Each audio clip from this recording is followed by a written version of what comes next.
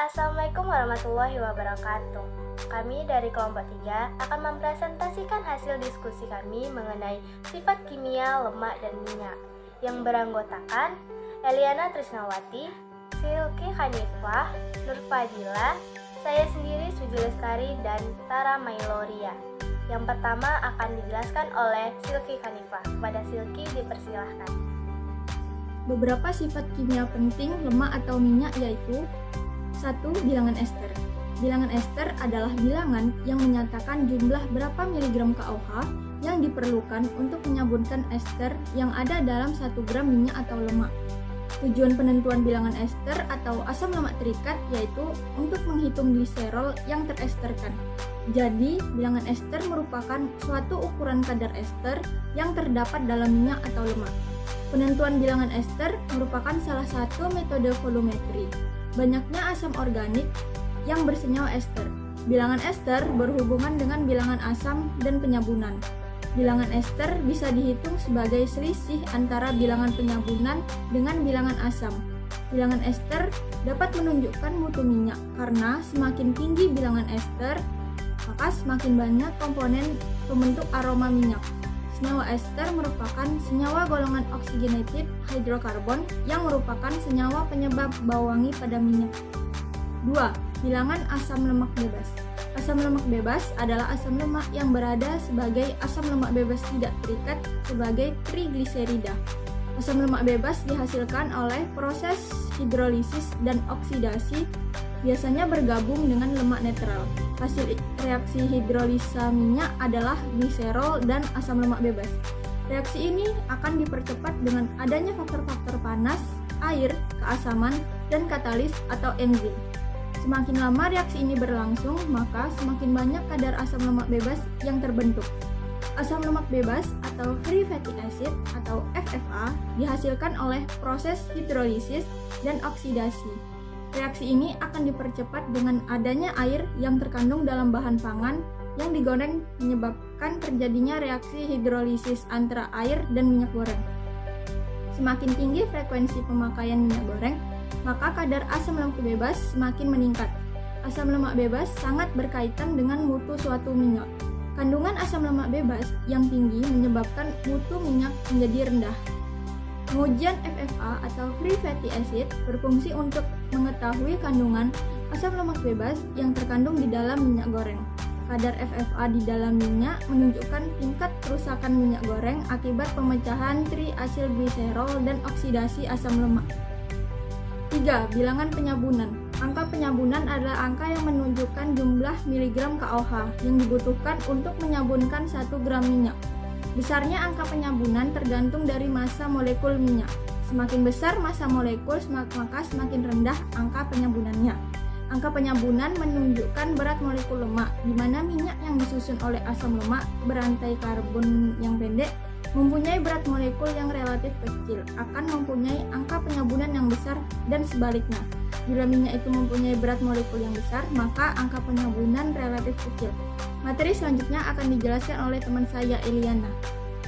Yang keempat yaitu bilangan iodium.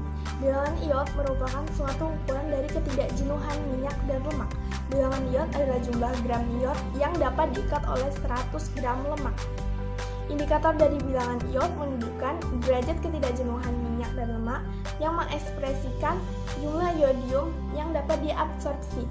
Bilangan iod dapat digunakan untuk memprediksi sifat kimia fisika minyak dan lemak seperti stabilitas oksidasi dan titik leleh. Wujud minyak dan lemak dapat ditentukan sesuai bilangan iod yang dimilikinya. Minyak dan lemak yang memiliki bilangan iod rendah berwujud padat, sedangkan minyak dan lemak yang memiliki bilangan iod tinggi akan berwujud cair. Yang kelima yaitu bilangan peroksida. Bilangan peroksida adalah indeks jumlah lemak atau minyak yang mengalami oksidasi.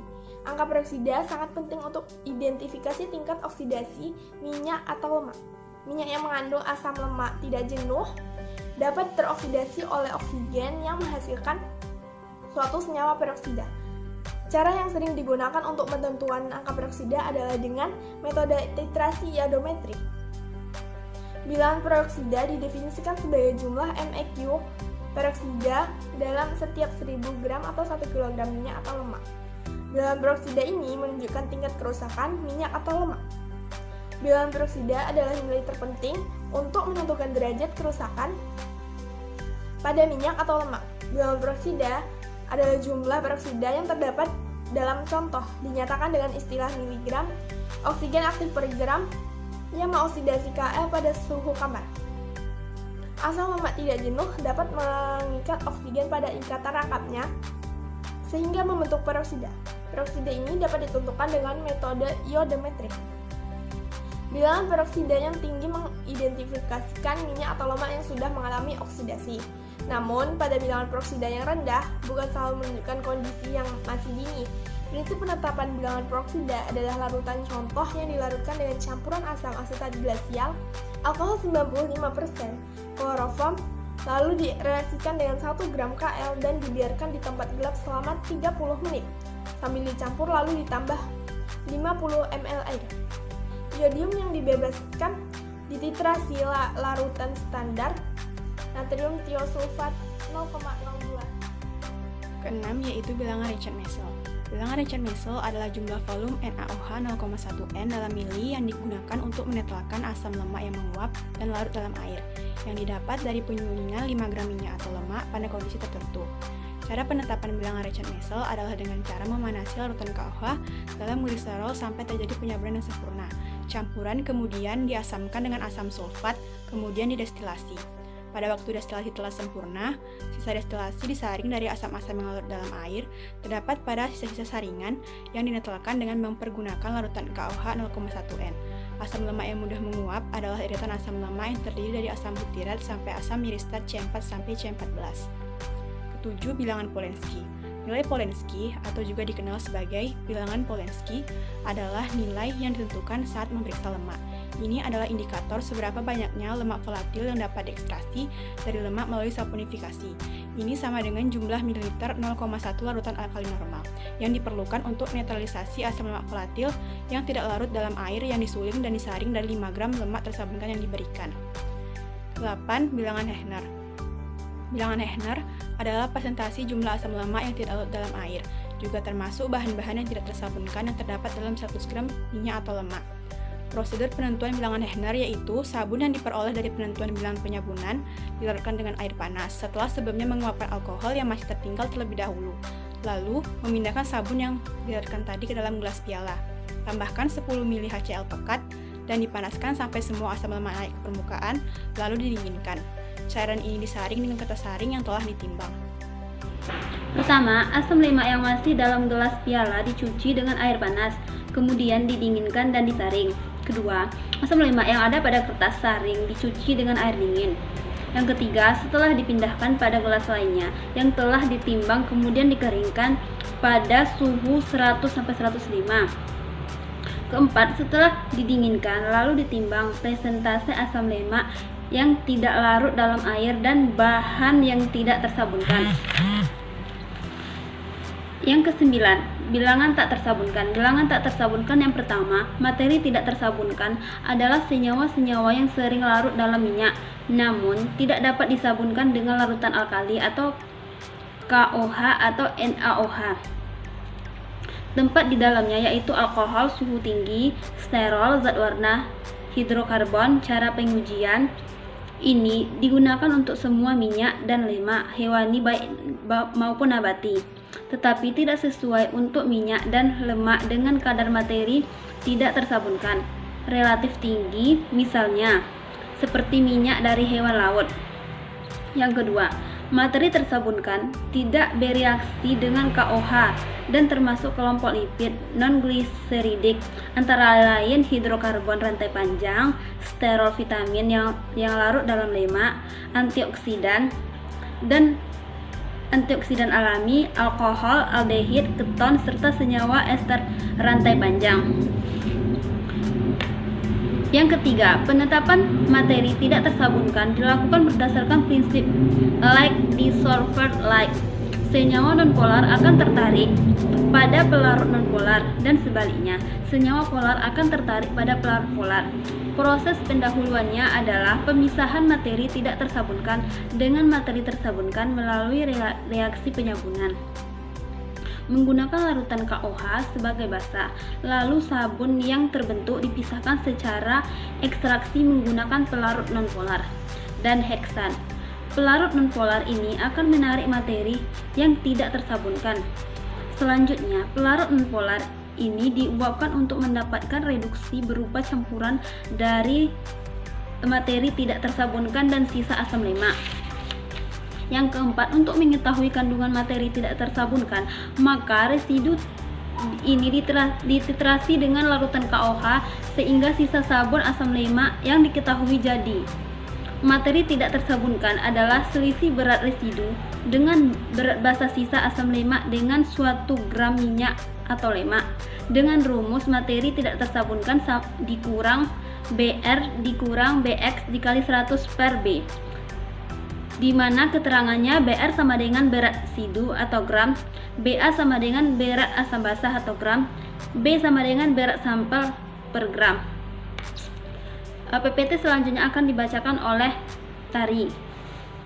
Selanjutnya yaitu bilangan tioksianogen atau SCN 2 kali. Dipakai untuk mengukur ketidakjenuhan minyak atau lemak dan dinyatakan sebagai jumlah ekuivalen dari miligram ion yang diserap tiap gram minyak atau lemak.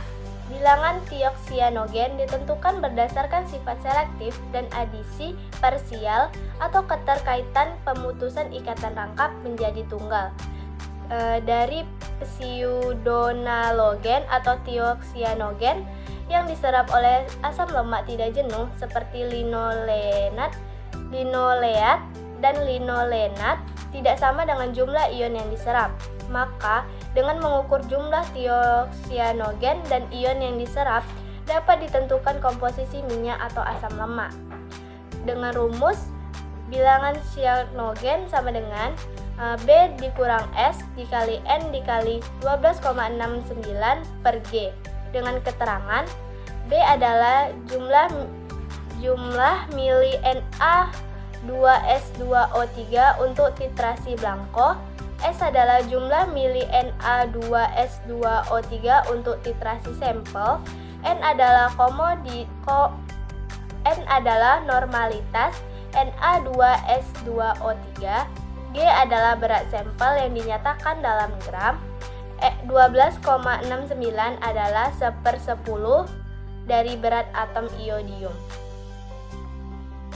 Yang terakhir adalah bilangan asetil. Bilangan asetil adalah sifat kimia minyak atau lemak untuk menentukan gugusan hidroksil bebas yang sering terdapat dalam minyak atau lemak, baik alam maupun sintesis, terutama pada minyak jarak atau croton oil dan monogliserida.